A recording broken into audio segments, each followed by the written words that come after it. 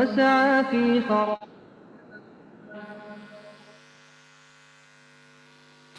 Enggak, Ustaz. Syahri bisa dimulai. Terima kasih. A'udzu billahi minasy syaithanir rajim. Bismillahirrahmanirrahim. Alhamdulillahi rabbil alamin. Arrahmanir rahim. Maliki yaumiddin. Iyyaka na'budu wa iyyaka nasta'in. اهدنا الصراط المستقيم صراط الذين أنعمت عليهم غير المغضوب عليهم ولا الضالين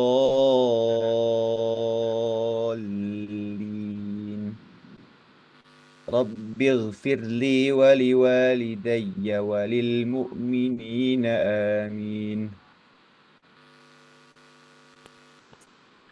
أعوذ بالله من الشيطان الرجيم بسم الله الرحمن الرحيم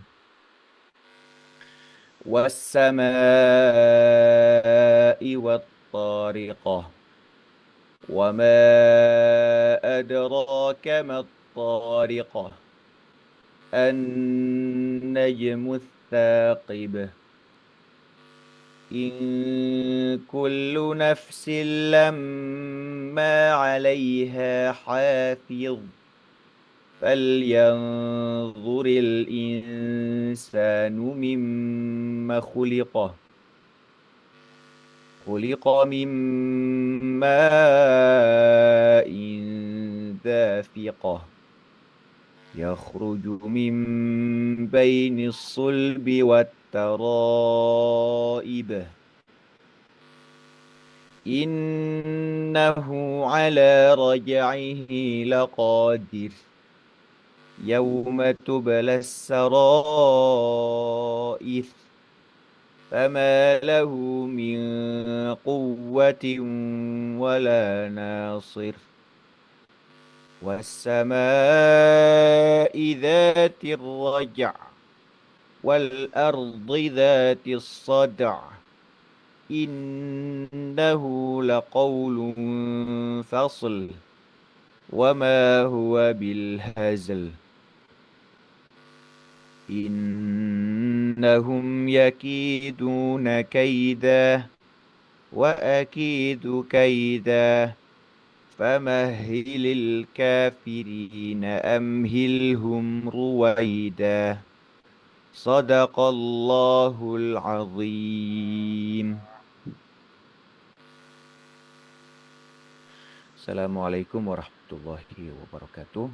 Alhamdulillahi wa sallallahu ala nabiyhi wa mustafahu Muhammadin wa alihi wa sahbihi wa muqri'il qur'ani ma'a muhibbi. Alhamdulillahi musallian ala Muhammadin wa alihi wa man tala. Alhamdulillah, amin. Kita bersua kembali di mata acara Salam Fajar edisi Tahsin pada pagi ini, Kamis. Ini udah sekitar 20-an Syawal ya. Mudah-mudahan kita bersua dalam keadaan yang sehat walafiat dan mudah-mudahan awal yang baik ini, baik itu ibadah sunnah seperti mungkin ada yang sahur tadi ataupun qiyam tadi ataupun sholat sunnah sebelum fardunya, fardu subuh, dan juga utamanya ibadah fardu kita yaitu sholat subuh, mudah-mudahan diterima oleh Allah Subhanahu wa taala dan mudah-mudahan dapat menjadikan satu hari ke depan kita menjadi hari yang baik juga.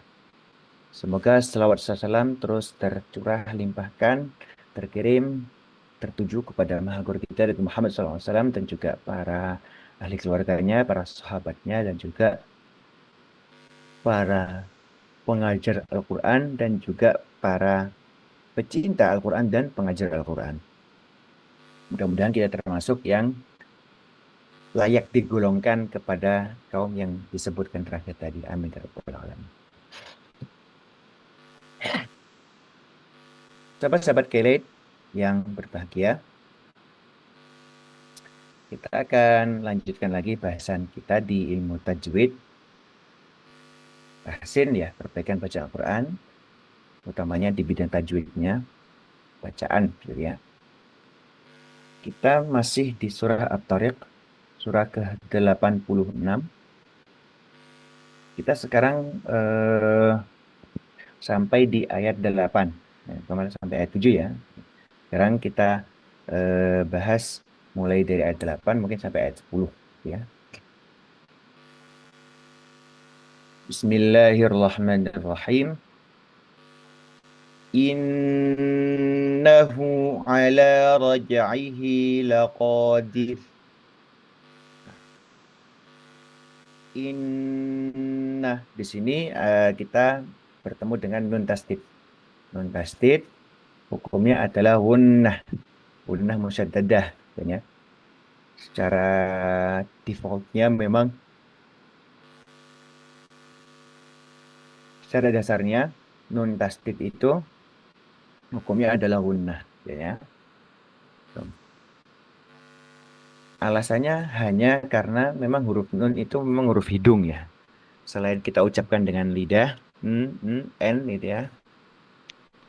Itu ternyata juga melibatkan getaran rongga hidung juga ketika mengucapkan huruf nun itu. Nah, sehingga tasdidnya pun nanti akan lebih lama daripada tasdid huruf-huruf selain nun atau selain mim seperti itu ya. Gitu. Tidak cukup innahu, tidak cukup, tetapi justru lebih lama pengucapan nun tasdid itu. Innahu seperti itu. Kemudian oke, nun tasdid pasti lama ya bacanya ya, ditahan lama. Inna seperti itu.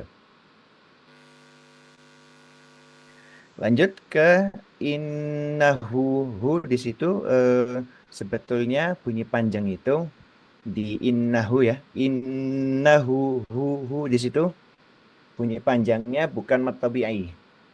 Gitu ya. Bukan mad tabi'i. Meskipun kita mengucapkannya pun dua harokat. Seperti seakan-akan mad tabi'i ya. Padahal bukan. Nah, hu di sini tidak dibaca tidak dibaca panjang nanti ketika di beberapa tempat nanti. Misalkan minhu, kemudian apalagi kalau hu itu di situ memang terkait dengan artinya. Hu di situ sebetulnya huruf yang tidak biasa sebetulnya. Hu kemudian innahu, kemudian nanti juga ketemu di ala rajaihi, hi di situ di dua tempat itu ya. Innahu, hu di innahu, kemudian hi di rajaihi. Nah, di situ di dua tempat itu masih di ayat 8 surat Tariq itu sebetulnya satu huruf yang bermakna kata ganti. Kata ganti orang ketiga laki-laki tunggal. Nah, artinya dia gitu ya. Seperti itu, dia. Nah, diistilahkan kalau di ilmu tajwid juga atau di ilmu bahasa Arab secara umum, hu di innahu, kemudian hi di rajaihi, di situ diistilahkan sebagai huruf silah, gitu ya, atau huruf kata ganti, seperti itu ya, gitu. Atau domir, gitu kan ya, seperti itu. Huruf yang berarti kata ganti. Kata ganti orang ketiga laki-laki tunggal. Nah, hanya untuk satu domir itu aja. Hu atau hi itu kalau ditajwid diistilahkan sebagai mad silah. Baik itu mad silah qasirah atau mad silah tawilah. Mad silah qasirah itu mad silah yang dua harokat ini pendek. Kalau mad silah tawilah itu mad silah yang panjang. Nanti ketika mad silah qasirah atau hak domir itu tadi bertemu dengan hamzah misalkan seperti itu. Nah, eh ini akan berbeda dengan misalkan domir yang lain ya, domir-domir yang lain yang dibaca panjang misalkan kalaupun apa namanya berurusan dengan apa hak domir yang misalkan kalau kita dibaca surah An-Nazi'at misalkan wal arda ba'da dzalika dahaha akhraja minha ma'aha wa mar'aha wal jibala arsaha seperti itu ya. Ha itu di situ memang domir, tapi domirnya bukan laki-laki, tapi perempuan atau feminin gitu ya, atau muannats. Nah, di situ masih dihukumi sebagai matobi'i. Nah, jika domir muannas goib atau orang ketiga itu masih dianggap sebagai matobi'i, lain halnya dengan domir yang mudzakkar atau laki-laki.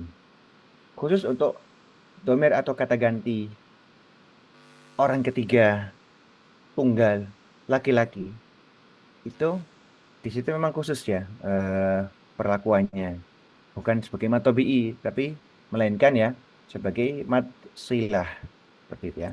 Nah, nanti implikasi hukumnya apa? Kalau di kita,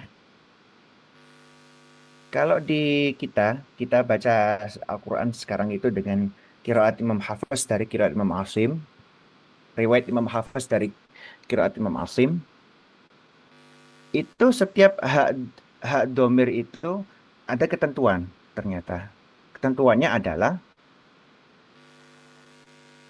ketentuannya adalah ketika hak domir didahului oleh huruf sukun, huruf yang bersukun misalkan, gitu ya, minhu, gitu ya, maka hunya atau eh, hak domir itu dibaca pendek. Lain halnya dengan ketika hak domirnya huruf sebelumnya, huruf sebelum hak domir itu ternyata masih berharokat selain sukun, misalkan innahu, hunya dibaca panjang justru. Nah, ini agak aneh di beberapa tempat misalkan yang gharib ya di kalangan kita itu misalkan di surah Al-Furqan terakhir itu ada kata apa wa yakhlud fihi muhana padahal itu hak domirnya itu ada ya sukun. Nah, di ayat 69 surah Al-Furqan. Nah, itu justru ada kasus harusnya kan fihi pendek harusnya. Nah, tetapi itu malah dibaca yang fihi muhana seperti itu. Di surah Al-Furqan ayat 69.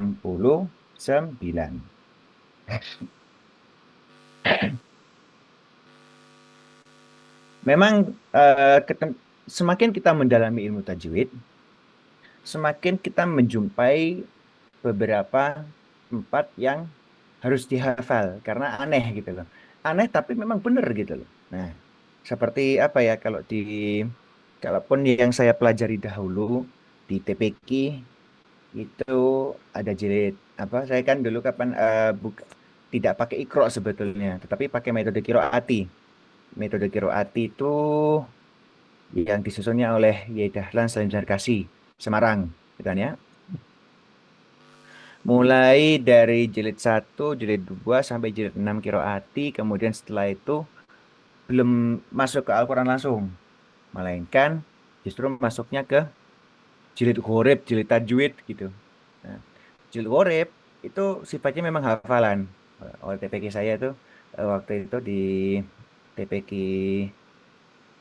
Masjid Rahmatullah di GKP, Gresik Kota Baru, kota apa Kabupaten Gresik tuh itu sampai harus dititah dia dititah untuk apa namanya menghafal mana-mana bacaan yang aneh gitu ya termasuk nanya nanya tulisannya panjang tapi dibaca pendek gitu ya kemudian apalagi ya termasuk yang ini tadi ya termasuk yang kasusnya wa fihi di surah Al-Furqan ayat 69. Nah, surah Al-Furqan surat yang ke berapa itu? Surat yang ke-25, ayatnya ayat 69. Nah, itu fihi gitu ya. Padahal secara kalau dibandingkan dengan Al-Baqarah ayat 2 misalkan dzalikal kitabu la raiba fihi gitu kan ya. Fihi hudal lil muttaqin seperti itu.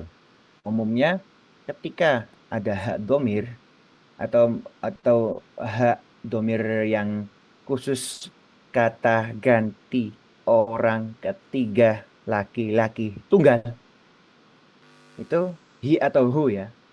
Itu kalau huruf sebelumnya itu hurufnya bersukun, maka hi atau hu dibaca pendek. Tetapi kasusnya yang di surah Al-Furqan ayat 69, fihi itu justru dibaca panjang. Nah,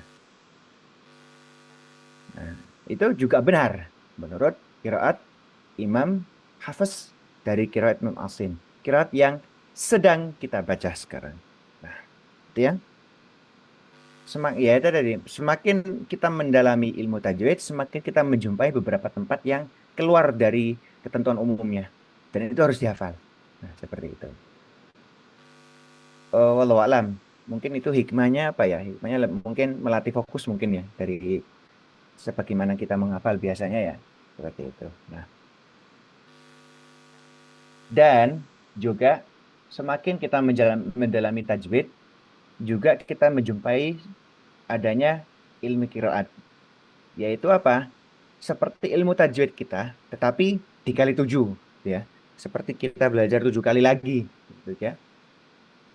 Karena memang ketentuan dari masing-masing qiraat itu akan berbeda-beda, seperti itu ya. Ada polanya sih, ada polanya memang, tetapi memang sekali lagi yang saya tekankan lagi, semakin kita mendalami ilmu tajwid, memang kita menjumpai pola umum. Tetapi ternyata ada di beberapa tempat di Al-Quran yang justru keluar dari ketentuan umum itu. Dan itu harus dihafal. Seperti itu ya. Nah, itu mungkin satu apa ya, satu tantangan dalam masyarakat kita dalam menghafal memang Al-Quran ya. Baik itu di kiroat kita maupun kiroat yang lain juga. Seperti itu. Nah, baik. Oke, kita kembali ke innahu ala raj'ihi laqadir. Hu itu bukan bukan mat tabi'i. Justru itu menjadi mat silah, mat yang sangat lain dari mat tabi'i perlakuannya. Seperti itu ya.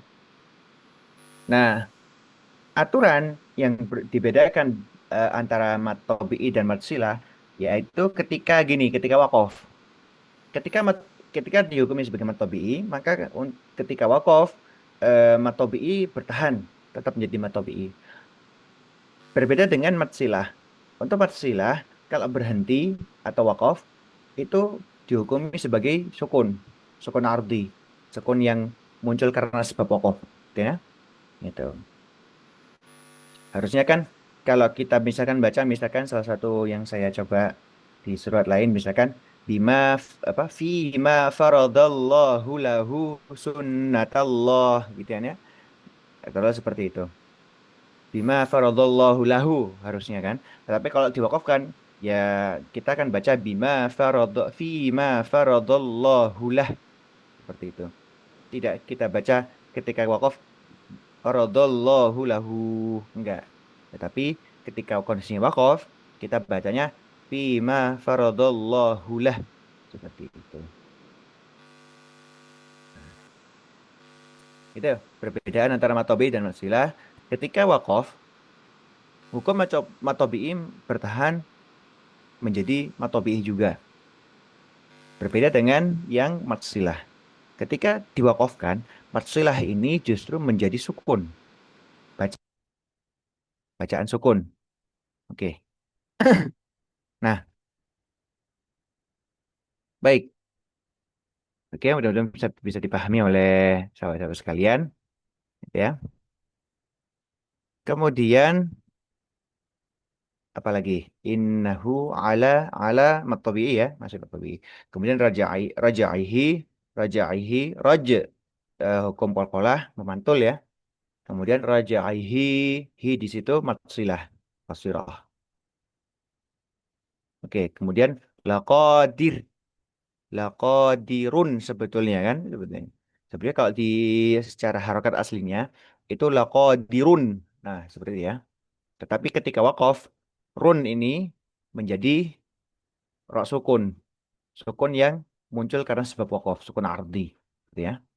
Maka bagaimana ketentuan tipis tebalnya? Maka ngikut kepada ketika wakaf ya, ketika kondisi wakaf, maka ro yang disukunkan ini itu mengikuti atau menuruti harokat yang sebelumnya. Harokat huruf sebelumnya masih hidup, yaitu kasroh, kasroh huruf dal itu ya. Gitu. Sehingga ro yang disukunkan ketika wakaf ini menjadi tipis, gitu ya. Laqadid seperti itu. Ketika memang hukumnya wakaf sempurna seperti itu ya. Gitu. Laqadir seperti itu. Baik, oke sahabat-sahabat sekalian, bagi yang ingin berpartisipasi, mengingatkan ya, bagi yang ingin berpartisipasi bersama kami, mungkin sekadar tes bacaan ataupun ada pertanyaan secara khusus mengenai tajwid atau secara umum mengenai Al-Quran, silakan menghubungi kami di nomor WhatsApp ruang siaran kami di nomor 0812 0812 203 1972. Sekali lagi, nomor WhatsApp ruang siaran kami yaitu nomor 0812 203 1972. Untuk sahabat-sahabat yang memiliki aplikasi Zoom Workplace, silakan bergabung di ruang yang sedang berlangsung ini melalui alamat s.id garis miring KLITID. Sekali lagi, alamat ruang Zoom Workplace yang sedang berlangsung ini bisa diakses melalui alamat s.id garis miring KLITID. Baik, kita sapa dulu sahabat-sahabat yang sudah bergabung. Sahabat Cenonon, sahabat Eliana Wati, kemudian Ustadz Syamsul Basrudin. Oke, terima kasih hadirin sekalian yang sudah bergabung di ruang Zoom Workplace yang sedang berlangsung ini. Dan juga mungkin bisa mengetikkan pertanyaannya di kolom atau ruang obrolan atau chat. Baik, kita ke ayat setelahnya, ayat 9 ya, surat At-Tariq. Yauma tubalas sarair. Baik. Yauma tubalas sarair. Oke. Eh, mungkin kita coba singgung di bunyi panjang yang sarair. Gitu ya. Nah, bunyi panjang atau matobi'i bertemu dengan hamzah.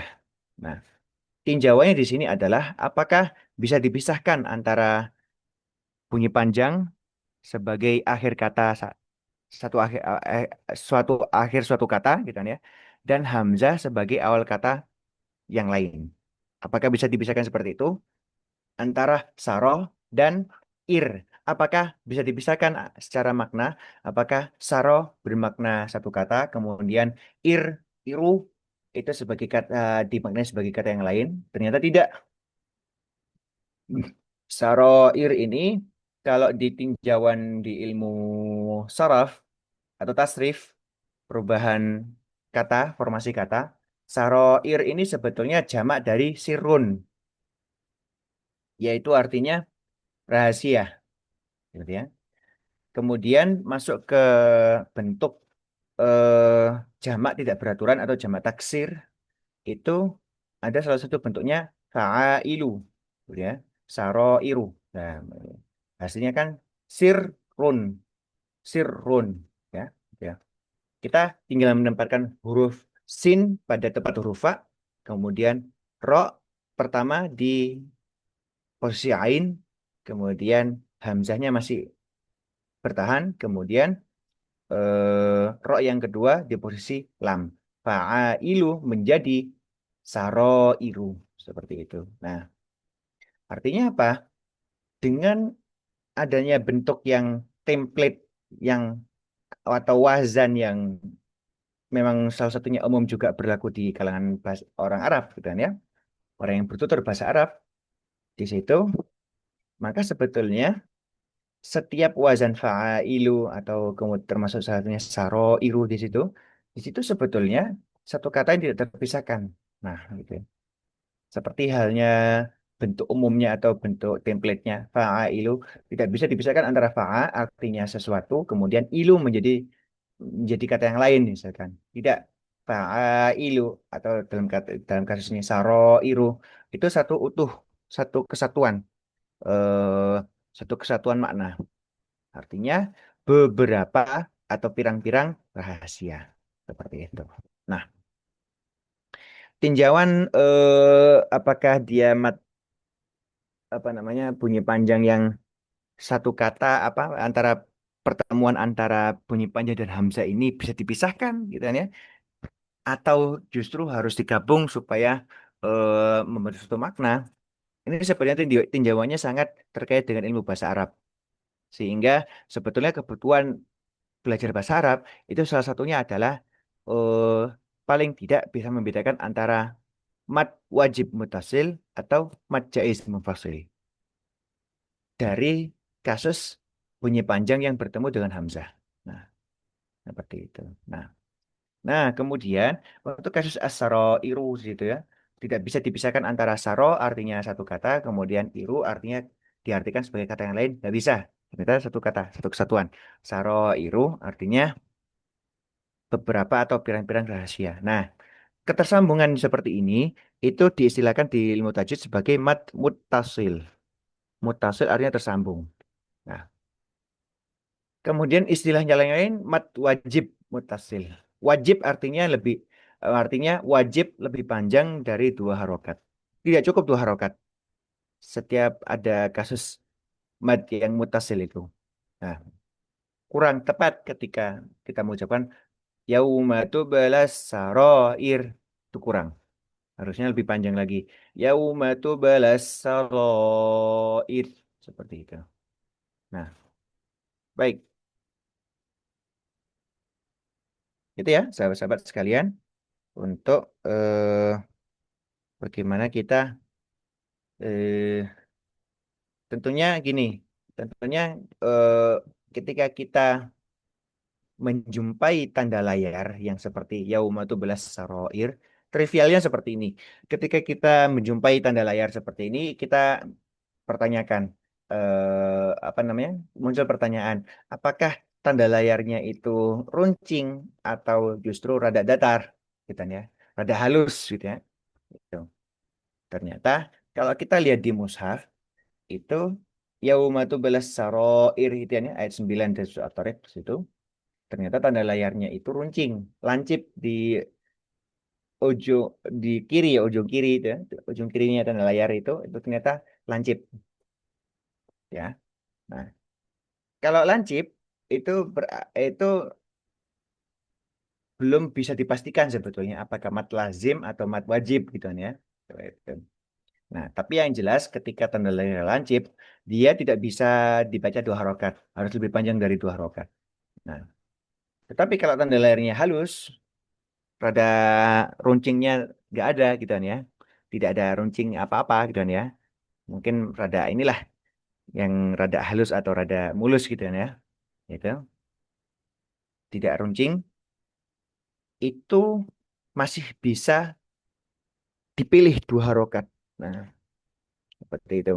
Meskipun saya sendiri masih memilih lebih banyak dari dua harokat. Empat harokat lah. Seperti itu ya. Nah, itu trivialnya seperti itu. Setiap kita menemui atau menemukan tanda layar di Al-Quran. Oke, di bacaan Al-Quran. Oke, baik. Lanjut ke ayat 10. فَمَا لَهُ مِنْ قُوَّةٍ وَلَا نَاصِرٍ. Nah, fama lahu kemudian min quwwatin gitu ya. Oke, fama ma di sini bunyi matobi'i, hukum matobi'i. Kemudian lahu matsilah qasirah.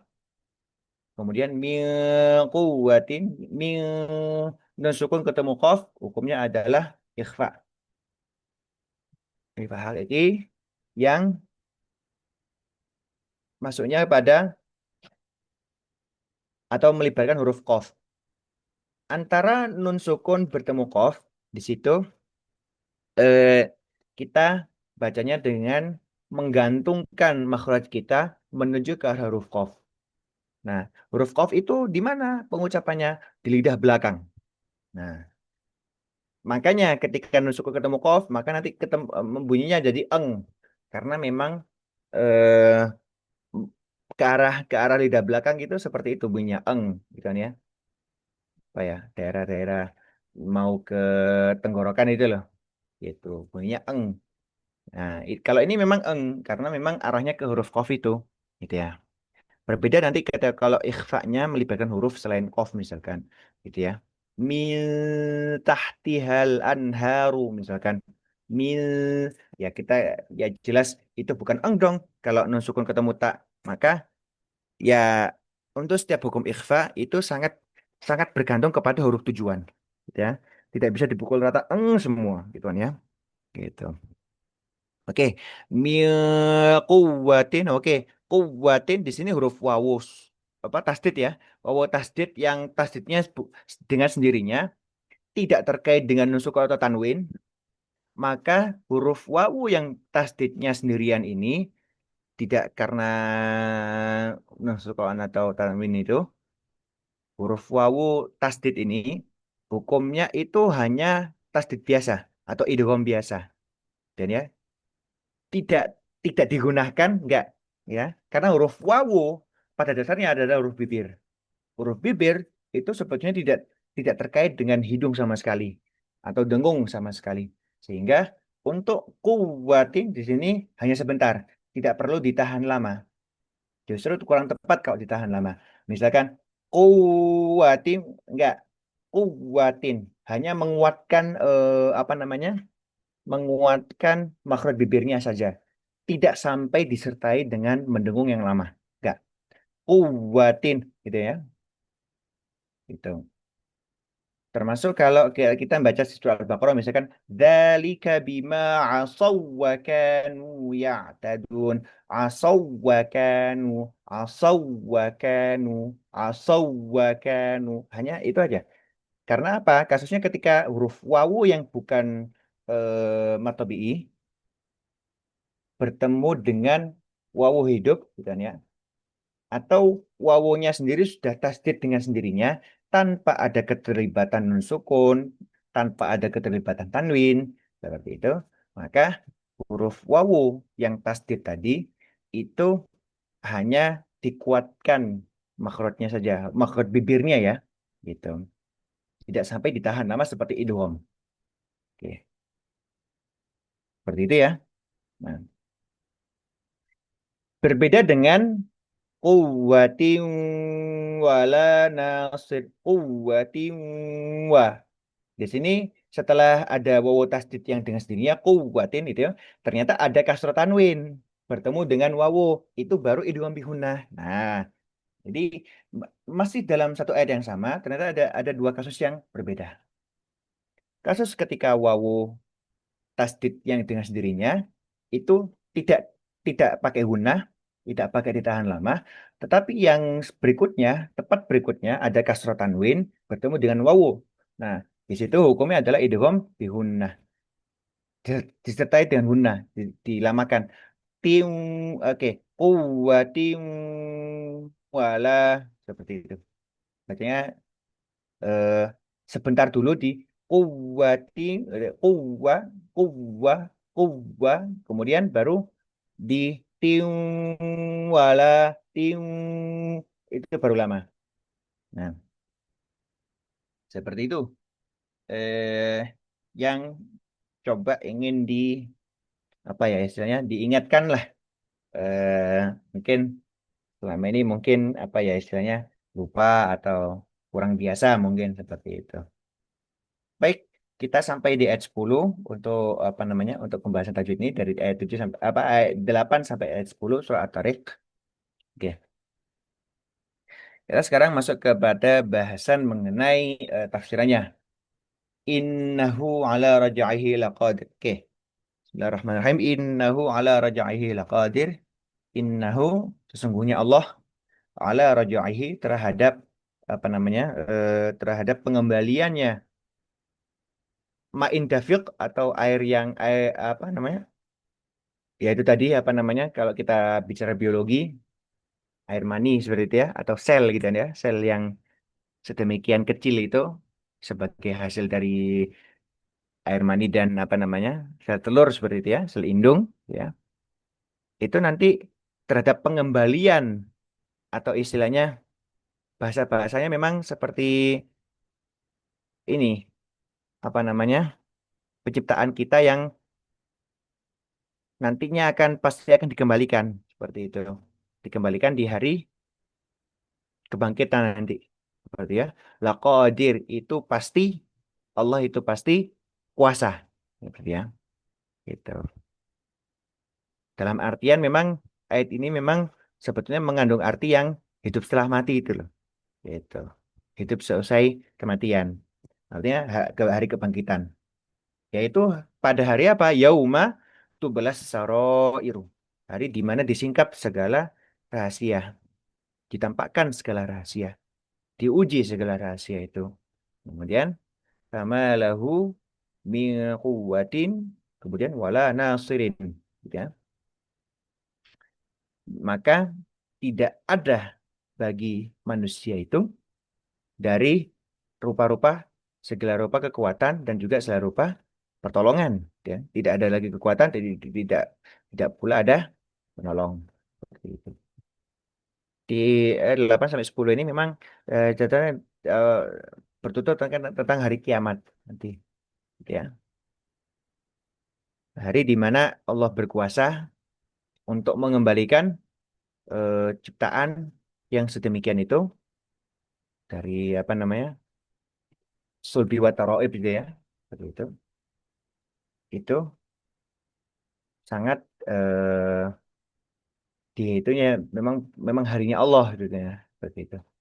Seperti halnya kalau di surah qul yuhyihal ladzi ansha'aha awwal marrah.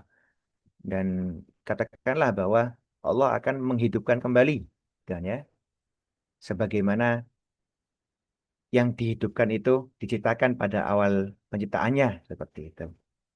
Gitu. Kemudian Yaumatublas Saroir, hari kiamat itu memang hari di mana akan disidangkan segala macam perbuatan kita, termasuk perbuatan kita yang terang-terangan ataupun yang rahasia. Dan famalahu min quwwatin wala nasir. Gitu ya.